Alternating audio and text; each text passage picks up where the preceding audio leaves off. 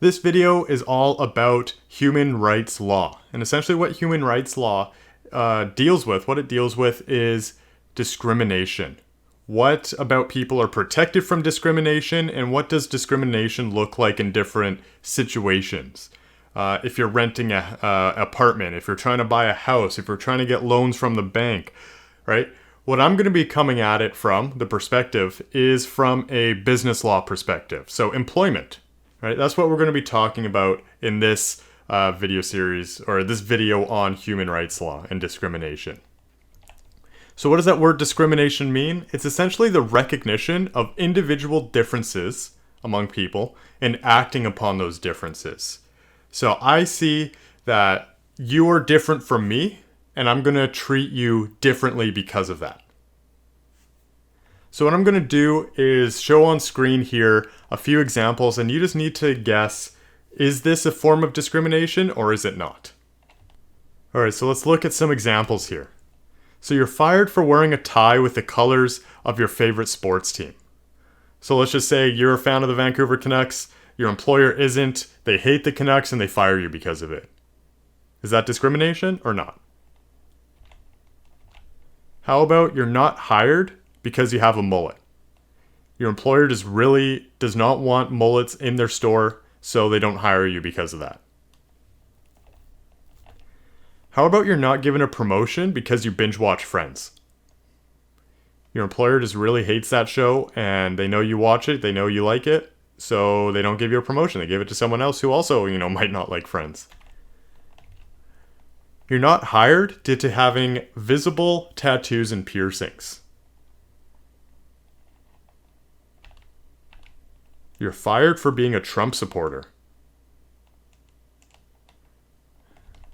I think this is the last one. Not hired because you're not attractive enough. Well, under the law, all of these scenarios do count as discrimination. They're all yeses, because they all recognize an individual difference, and somebody, an employer in this case, is acting upon those differences. You're firing, or you're not hiring, you're not getting promotions because of an individual difference. The issue now at hand is, which ones of these are illegal to discriminate on? And which ones are legal?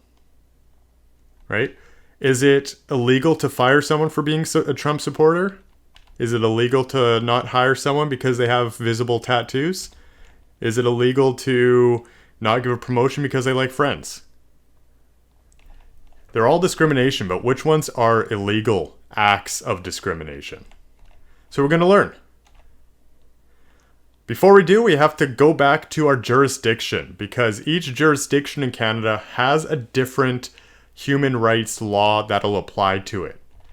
Right? We learned in our Constitution Act that we have two different jurisdictions in Canada. We have federal and we have provincial.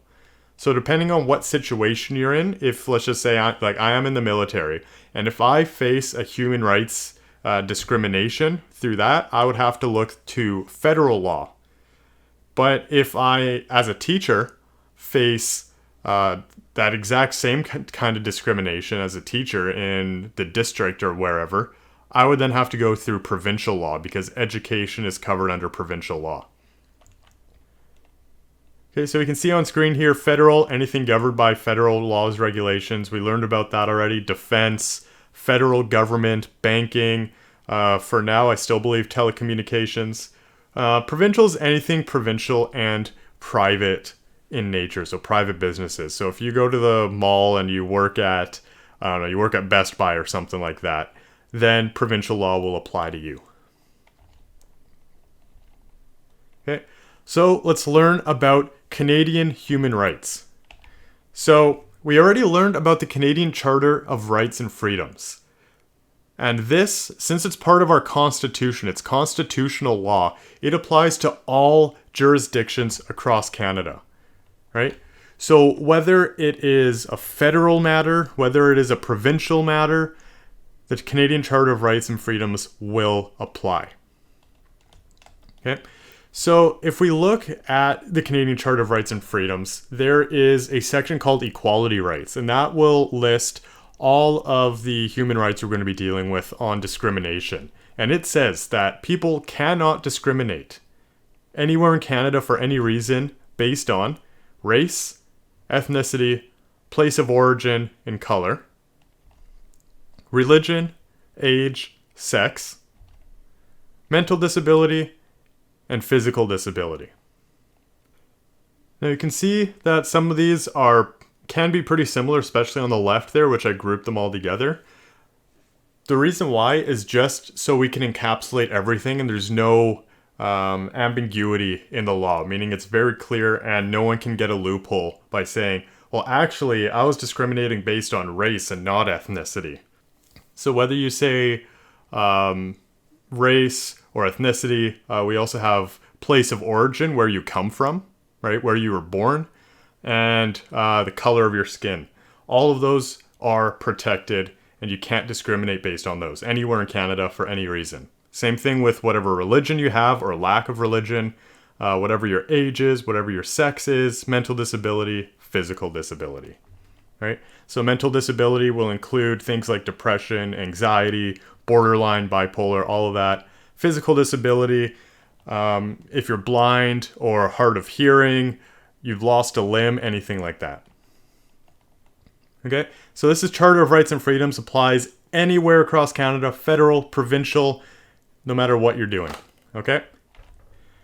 Next, we're going to talk about BC specific human rights. Because like I said, provincial is its own jurisdiction and it has its own law. And it comes from something called the BC Human Rights Code.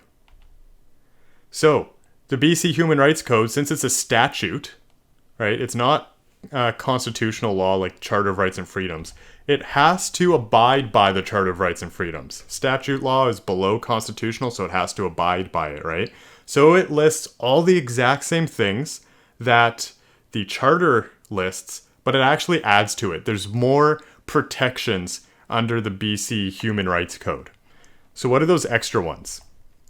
Now we have ancestry. They add that because they want to be even more holistic with what they protect around ethnicity and culture and race. So even if, you're born in Canada and you have maybe like more of a specific complexion of skin and all that stuff, if your ancestors come from, let's just say, an Asian country or an African country, then that is a protected ground. Even if you aren't necessarily from that place, which would be place of origin, ancestry is protected. And whereas the Charter of Rights and Freedoms only lists sex, BC Human Rights Code goes further and added gender identity and gender expression as well.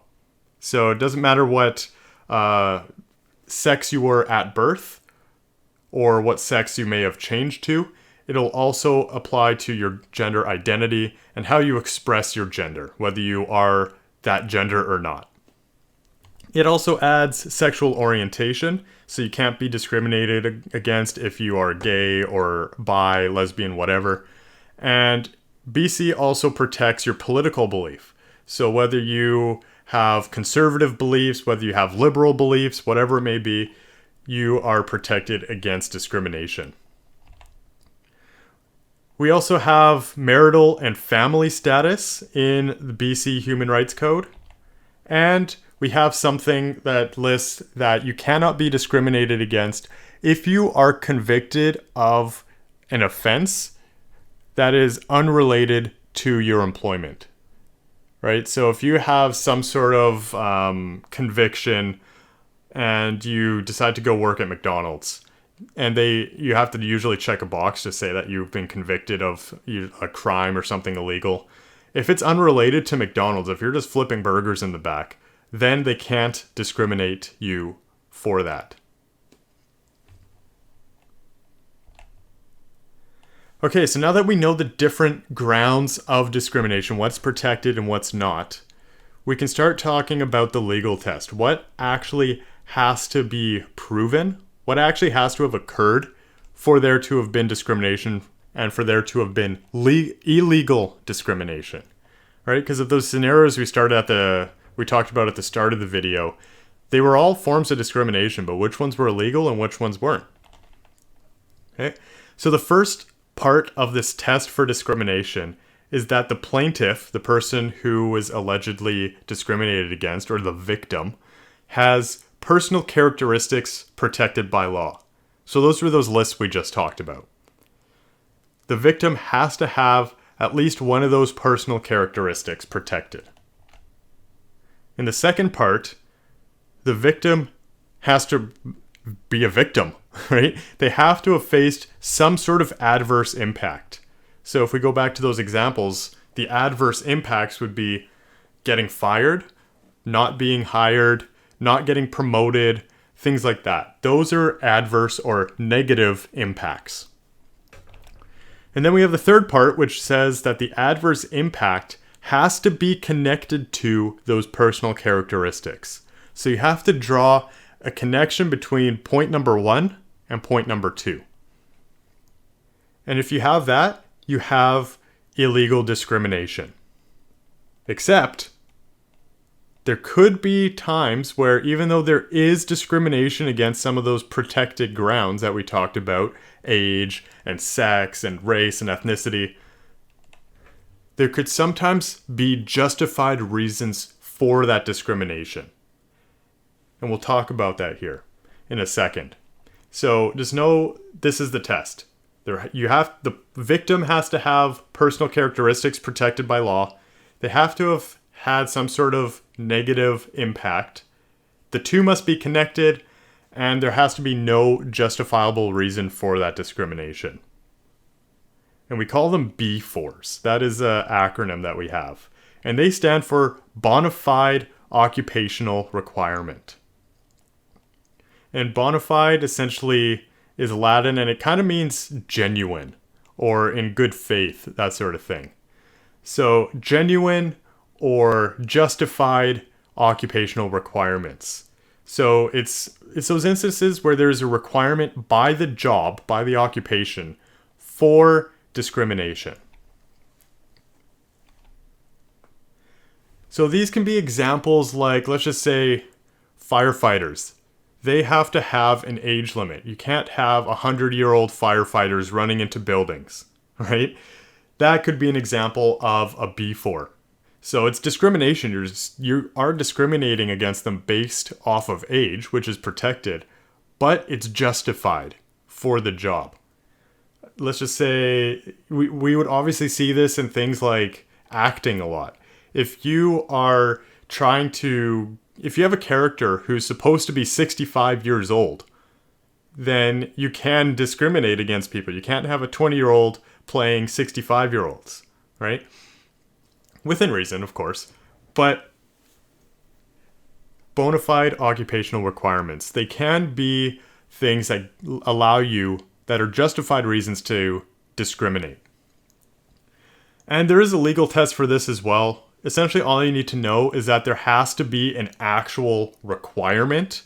It has to be a rational requirement connected to the job, right? Just think of the 100-year-old firefighter. There's reasons why we can't have that. They're not strong enough to lift people out of buildings. Maybe they're not fast enough. Maybe they don't have the lung capacity to deal with all the smoke inhalation. And then the standard has to be made in good faith, right? We can't just choose that there's a requirement for our jobs. McDonald's can't just choose that there's an age requirement for flipping a burger in the back, right? And I don't mean to diss McDonald's and people who work there, because I used to work there too, and it's not that bad of a job. But there has to be an actual requirement and be made in good faith, like the firefighters. They're not just trying to be malicious to 100-year-old people. There's a good faith, a justified or a bona fide requirement for that restriction. And then there's this last point where in some cases you can make accommodations, but then it gets to a point where it doesn't make sense anymore. So let's just say with acting, right? You have a character in your movie who's supposed to be 65 years old. Can you hire a 64-year-old? Yes. You might even be able to hire a 50-year-old, maybe a 40-year-old if they look maybe a little bit older, and then you can put some added makeup or prosthetics or give them a gray wig or something like that. Those are all accommodations, things you can do to accommodate for them. But if you got a 15-year-old who's applying for it, then it gets to the point where you would have to like CGI them to make them look older. And then that would be to the point of undue hardship. That's just too far. That's past the line. Lastly, this is the last slide. I just want to talk about some extra info about discrimination. Discrimination, in this case, for you to win a case on discrimination, it doesn't have to be the only reason for that adverse impact. It can be a small factor. If you think you were fired and they gave you some excuses, but you think that discrimination was part of that, you can still win the case. You can still win the human rights case. And there doesn't even have to be intent to discriminate. If you feel like your employer has some unconscious beliefs or biases or prejudices, you can still win this case for human rights. And here's a good one. You don't always necessarily need direct evidence. Usually these kinds of cases are mostly circumstantial, or you make inferences based off of, let's just say, your employer's actions, right?